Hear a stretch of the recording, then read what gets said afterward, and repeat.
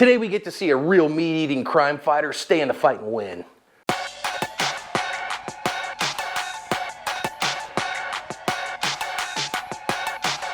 Hi everyone, welcome to today's bonus badge cam lesson here at Active Self-Protection. I'm your host as always, John Correa. And I'm your co-host, Mike Williver, also host of the Active Self-Protection podcast. Today's video comes to us from Houston, Texas. MagTech is the only pistol or rifle ammo I use on the range, and I recommend them highly. I've seen their manufacturing and quality control firsthand, and it's incredible, which is why it always performs reliably and accurately. They are operating at max capacity and cranking out rounds for you to keep your skills sharp. Pick up some MagTech at your local ammo retailer or get it shipped fast at luckygunner.com.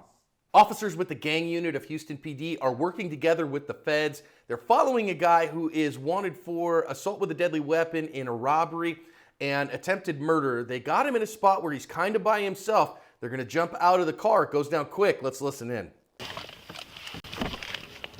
to take off.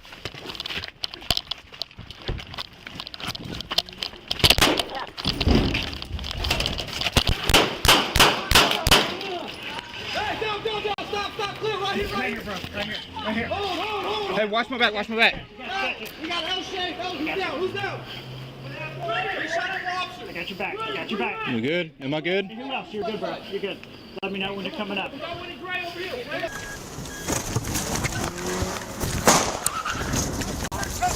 That's fired!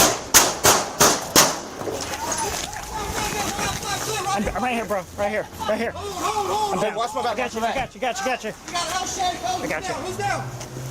We shot at the officer. I got your back. Good. Am I good? Hey, who else? You're good, bro. You're good. Let me know when you're coming up. Do not move. Do not move. Hey. Hold the element Go ahead, right bro. side. Hey, just hold this guy. Hey, just hold your this guy. hand out. Hey, let me up, bro. Yeah, go ahead, bro. Hey, coming good. Come in. Coming good. Come in. Coming good. Yeah. Here, watch his back. Yellow ran there. Hey, got it. All right. Slow, No one's hit. slow, Besides we're him. good. Slow. Let's come this way. All right. Watch All your right. man, great. All right, we got it. We're good. Where we at behind me? All right. You got the pistol? Yep. Watch his Hey. hands. You got. All right. Hey. What? Yeah. Let us get it this side. Back up on the right, We'll take guys. this side. All right. The officer was uninjured by the shot that the perp fired. The perp did not fare nearly so well. He took the carport dumpster temperature challenge, and I was not able to determine if there was any word on whether the guy's chancla made it. Listen, if you want to hear real-life stories from the defenders themselves, first person, the place to get them is on the Active Self-Protection podcast. Every single week, we have somebody telling their story of real-life self-defense. Yeah, we have about 30% law enforcement stories being told, first person. The rest are all private defenders. I think they're all fascinating and riveting, and I highly recommend you check it out. Mike, it amazes me how fast these go down. This officer has to go from we need to get this guy into custody to holy cow, I have a gun pointed at me just this fast. It is lightning fast, and you know it looks like these guys are in what we call cool cars or unmarked cars, and they're suited up. They've been following this guy probably for a while. They're probably aware that he's a threat in this way, that he's probably armed, so they need to get in close, and the element of surprise is crucial.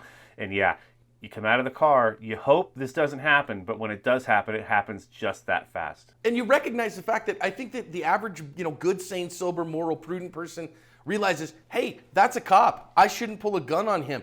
But that assumes that criminals think like you do, and that is a fatal error by many private citizens. And thankfully, Sergeant Canales didn't think that way. As a law enforcement officer, you realize pretty quickly that crooks are always thinking about when are the cops going to show up. And he probably had a suspicion he was being followed, and he knew immediately what he's going to do. He's going to try to shoot his way out of this. And as you said, career criminals don't share your worldview. You got to check your worldview at the door as a cop or as a private defender. Be ready to do what you have to do. Amen. And if there's one thing I'd say out of this video that Sergeant Canales did so well here, it is that he saw that gun, and rather than try to retreat and have a gunfight with this guy because he was so close, he actually drove in on the gun, drove in on the guy. And again, it's a matter of proximity, that within one step, your survivability is probably better if you drive in to deal with the gun rather than if you back up and try to go get your gun. Yeah, trying to back up in a straight line isn't really an option here. There's the car behind him. There's probably other cars behind that. There's not a lot of area to retreat, and he's so close at this point that if he does try to retreat, especially if he tries to turn around and run to get a better spot, he's just going to get shot for his trouble. So this was the right call.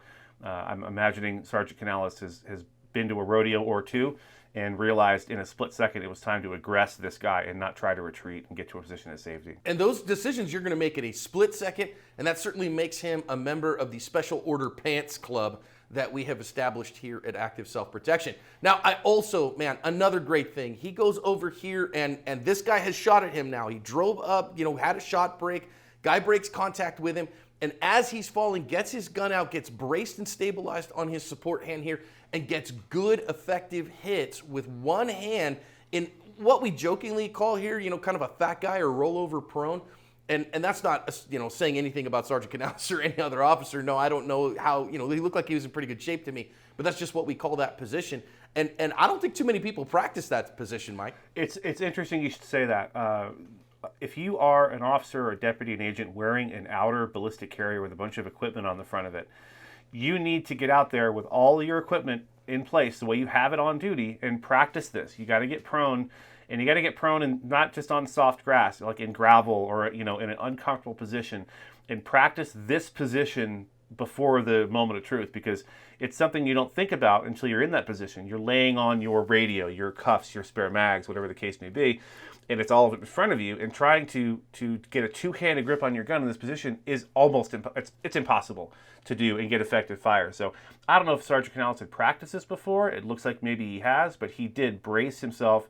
And fat guy prone, I'm going to reserve that for you and me, John, not for Sergeant Canales. All right, that's true. But also notice that what that push-up on his hand gave him is it let him get some elevation on his firearms, which, this isn't shooting at 20 yards. This is shooting a guy who's 5 feet from you. And so that elevation with one hand lets you get an angle in order to get a good hit on a close target. And if you've never practiced that, it can be very difficult to do. Now, once you have, it can become quite doable. So just like you said, Mike, officers, please get out there in full kit, in full battle rattle, and practice that a little bit. Now, this is, again, Special Agent Williams here who comes in. I love a couple of things here that he aggresses at what's going down. A couple things.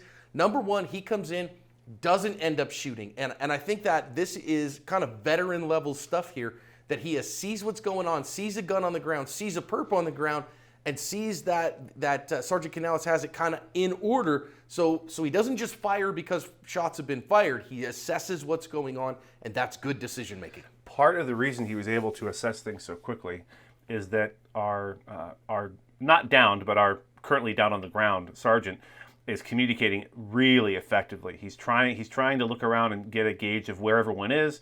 He's calling out there's an L, there's an L formation. He's trying to let everyone know where he is, where the bad guy is, and that's crucial. As Special Agent Williams comes around the corner, it wouldn't surprise me if his initial thought is, oh no, we have an officer down, because it looks like it. It looks just like he's maybe down and been shot. So he has to very quickly assess the scene here and determine who's down, why is he down, where's the bad guy, where's the bad guy's gun. And like you said, he comes around the corner and just sizes all that up very, very quickly and immediately goes in to check on this officer, realizing there isn't currently much of a threat from this crook. So one of the things that we talk about in real life incidents, right, is not to just assume everything is done, but always keep working, keep looking for work. What kind of work is done, right? Save who needs to be saved, stopped who needs to be stopped. Everything's your responsibility. Keep looking for work. That's the Graham, Kill House combat rules. And you want to make sure that you keep on that. And I love that he comes, I'm right here, bro. I got you. Not only, I think, tactically important, but I think emotionally important, that it says, I'm here and I got you. And then he's going to follow up. Are you okay? Is everything all right? I got this covered. You can back out. And that's some real emotional fitness in real life stuff. I'm going to guess that Special Agent Williams has maybe been to a rodeo or two himself. Yeah, I really like the idea that he's saying, okay, I'm here. I can cover down on this guy. I can run this scene. He's probably figuring correctly that the sergeant has just discharged his weapon and shot someone, and maybe is shot. We don't know yet. Let's get you out of here. You go get checked. I'll cover off on this. Was the right answer. And yeah, I think Special Agent Williams probably has a little bit of experience with this sort of thing. And that's why you end up, again, on these kinds of special assignments, is because you've got the skills in order to do that. Now, one last thing here that I want to focus on is back to Sergeant Canales' body-worn camera, is that he's like, okay, I'm going to get up. I'm cool. I'm going to put the gun away. And everybody else comes in and is solving the problem. I love the fact, again, he's still got his gun there, still part of the solution to the problem, but pretty quick here, he's going to put that away and just start telling everyone, I'm good, I'm good, I'm good. The honest truth is, as you're adrenalized, you don't know if you're good or not. You probably want to holster that up and get out of the scene and let somebody else check you over and do a blood check on you. You know, again, get your vest stripped off, get some gloves on that person, make sure you kind of do a quick blood check to make sure you're not hurt. Concur again. Yeah, I understand why you want to stay in it at this point, but recognize you're potentially injured, potentially fatally injured, so you need to get yourself out of there, let these other agents and officers handle it. But on the whole, I got to tell you, not only is he a member of the Special Pants Brigade, but I think he really covered his ass.